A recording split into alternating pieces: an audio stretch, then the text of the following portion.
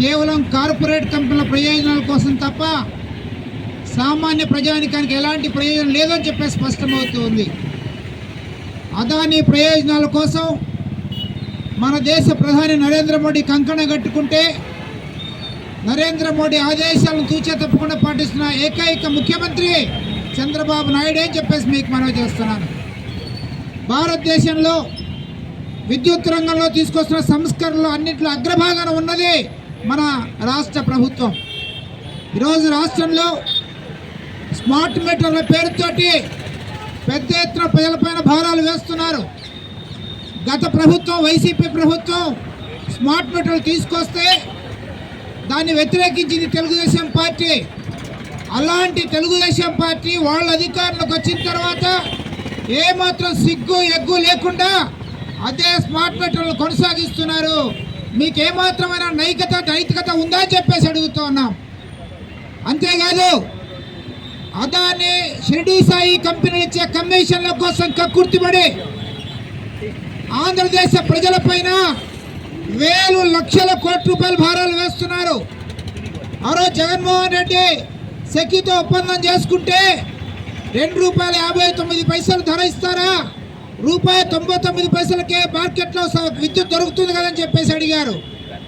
మరి చంద్రబాబు నాయుడు గారు ఈరోజు యాక్సిస్ కంపెనీతో ₹4.59 విద్యుత్ కొనుగోలు చేస్తున్నాడు.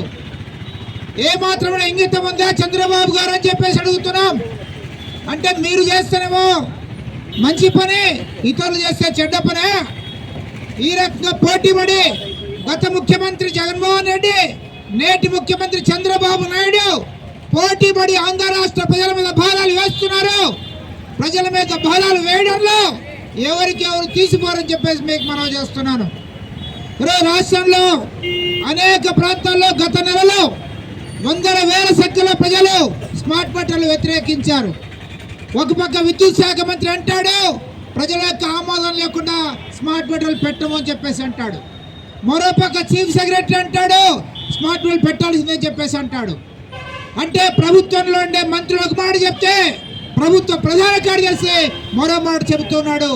ఈ రకంగా ప్రజలను మోసం చేయడంలో తెలుగుదేశం ప్రభుత్వం ఈరోజు మార్కులు కొట్టేస్తుంది.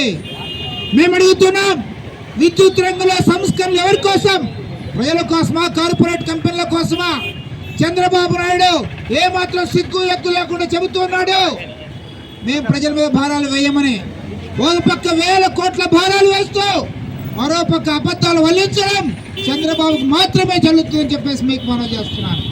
అందుకే ఎవరైతే అమరవీరులు మరణించారో వారి యొక్క స్ఫూర్తితోటి రాబోయే కాలంలో విద్యుత్ ఛార్జీలకు వ్యతిరేకంగా, విద్యుత్ రంగ సంస్కరణలకు వ్యతిరేకంగా మొత్తం ప్రజానికాన్ని సమీకరించే లక్ష్యం ఈరోజు మన ముందుంది. ఆ కర్తవ్యాన్ని మన ముందు తీర్చుకుందామని చెప్పేసి మీకు నాకు ఇచ్చిన అవకాశానికి ధన్యవాదాలు వేస్తూ సెలవుతున్నారా.